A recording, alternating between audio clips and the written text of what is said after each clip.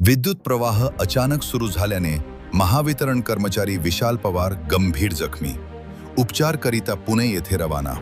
रायगड जिल्ह्यातील महाड तालुक्यात वीज पुरवठ्यामध्ये अनेक वेळा बिघाड होत असताना नागरिकांना अंधार राहावे लागत असताना महाड तालुक्यातील आकले गावाच्या हद्दीत महाराष्ट्र राज्य विद्युत मंडळांचे कर्मचारी सायंकाळच्या सुमारास विद्युत वाहिनी जोडण्याचे काम करत असताना अचानक विद्युत प्रवाह सुरू झाल्याने विशाल बिसन पवार या कर्मचाऱ्यांना अचानक शॉक लागल्याने विद्युत वाहिनीच्या झटक्यामुळे जवळपास 30% शरीर भाजल्याने घटनास्थळीच बेशुद्ध अवस्थेत पडल्याने स्थानिकांच्या मदतीने ग्रामीण रुग्णालयात दाखल केले असता महाड ग्रामीण रुग्णालयात प्रथम उपचार करून पुढील उपचारासाठी पुणे येथे पाठवण्यात आले आहे, असे ग्रामीण रुग्णालयाचे वैद्यकीय अधिकारी शंतनू डोईफोडे यांनी सांगितले.